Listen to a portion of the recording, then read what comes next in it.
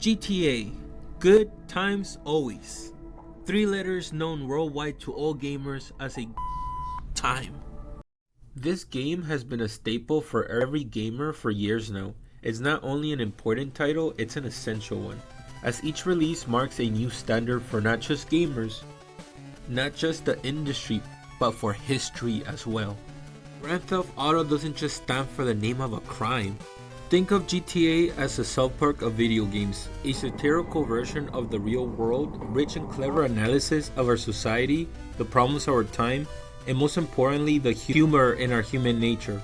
GTA is a mirror held up to our world, letting you experience chaotic freedom, where you can cause as much destruction as you want, and honestly, even at $100, it's a reflection worth staring at. The music, the visuals, the storylines, all these elements make GTA feel like it belongs in a museum. Vice City will be the start of my video in this narrative, and particularly it acts as a great example of the times. Vice City captures the essence of 1980s Miami with its neon-drenched aesthetics, music, and fashion. When you start the game, you're instantly hit with all this personality. The game's soundtrack features a range of 80s hits that perfectly capture the era's vibe. The game explores themes of excess, crime, and revolution, all which were prevalent in 1980s popular culture. The game's developer Rockstar Games drew inspirations from iconic 1980s films and TV shows such as Scarface and Miami Vice. This made up the backbone of the game's narrative, or I would say artistic expression. Clear that this is kind of an evolution from GTA 3, where GTA 3 doesn't really have much of a theme when it comes to its crime simulator, but when you get to Vice City, you're this mafia type Scarface figure that wears a neon suit everywhere he goes. I always thought that it was exemplary of the way that you kind of have in boys fantasy this cowboy type or this outlaw type. Boy fantasy of being above the law is always going to change from generation to generation, and it's inherent to the GTA identity that you are this guy that is above the law. By incorporating the most popular elements from past crime-oriented time periods, GTA always feels fresh but familiar. Vice City provides a nostalgic and engaging experience for all players, especially if they're fans of the 80s. As technology stagnates, so too does GTA for the most part.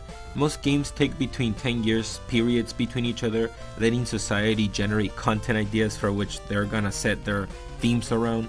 After GTA 3, Vice City set the standard, acting as the anchor for the real GTA 3, in my opinion, San Andreas.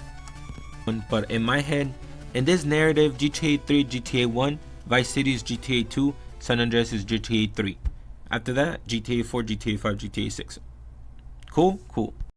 As the series often reflects the cultural themes of the time periods they're set in, our next destination leads us to the 1990s, where GTA San Andreas, the game setting, music, and themes are heavily influenced by the gangster rap culture of the early 1990s.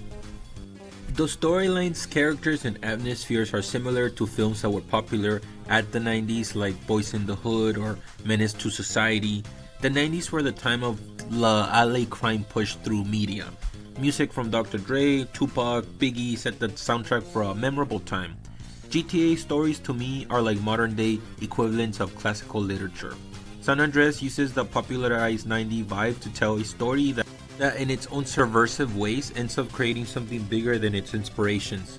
GTA San Andreas feels like you're playing the best gangsta movies of a romanticized time, where maybe bigger social political commentary could happen, but for the purposes of this video, just feels like the greatest hits of the era in a classical video game form. Every time I play this game, it feels like I'm playing a classical film. GTA 4 is a special game. For one, it's the bridge between classic GTA and modern GTA, taking place in the 360 to PS3 era.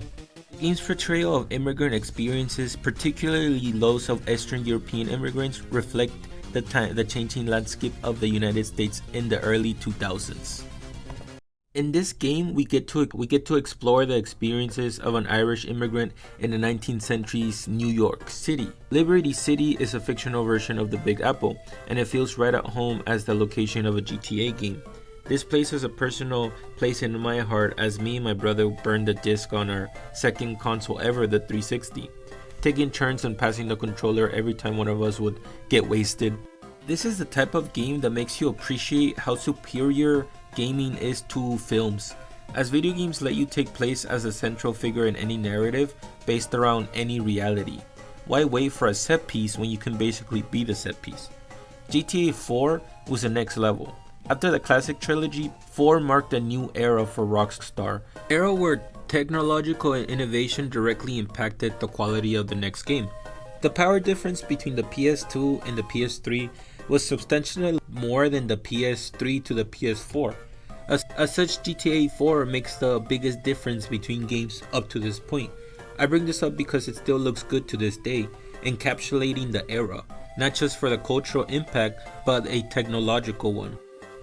The 2000s was a grimy time, reflected in the music, the fashion. I believe the media was pushing a modern view of the world all about postmodernism, which is a philosophy that stems as a critique of modernism, kind of how The Boys started mocking the MCU after the MCU was popular. GTA can only exist as a reflection of the time that it comes from. GTA 4 is one of those titles that not only met the moment, but like San Andreas transcended it. Thanks to Rockstar's design and vision, most games are able to restrain and carry most of the spirit of their era. So while most games become obsolete, they also become time capsules with value that can't be replaced.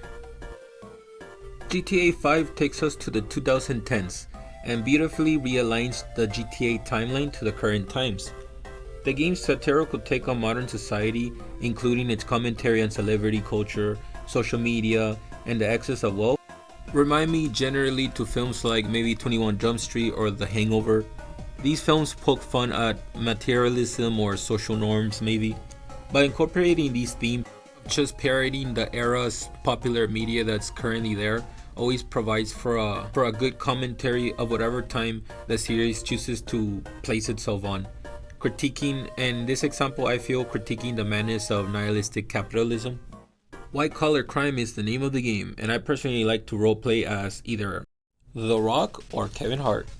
If postmodernism ideas were the defining belief of the 2000s, it's clear that in the 2010s we see a shift towards a more absurd mentality. GTA 5 has remained a cultural phenomenon for years now, partly because its setting and themes are still relatable, and partly because the era is still evolving. I feel like we're moving towards a more traditional wave, the base era after the woke era if you will. In GTA 5, we see a modern take on the crime industry, including activities like bank robbery, illegal street racing, running drug empires, and a whole lot of stealing cars.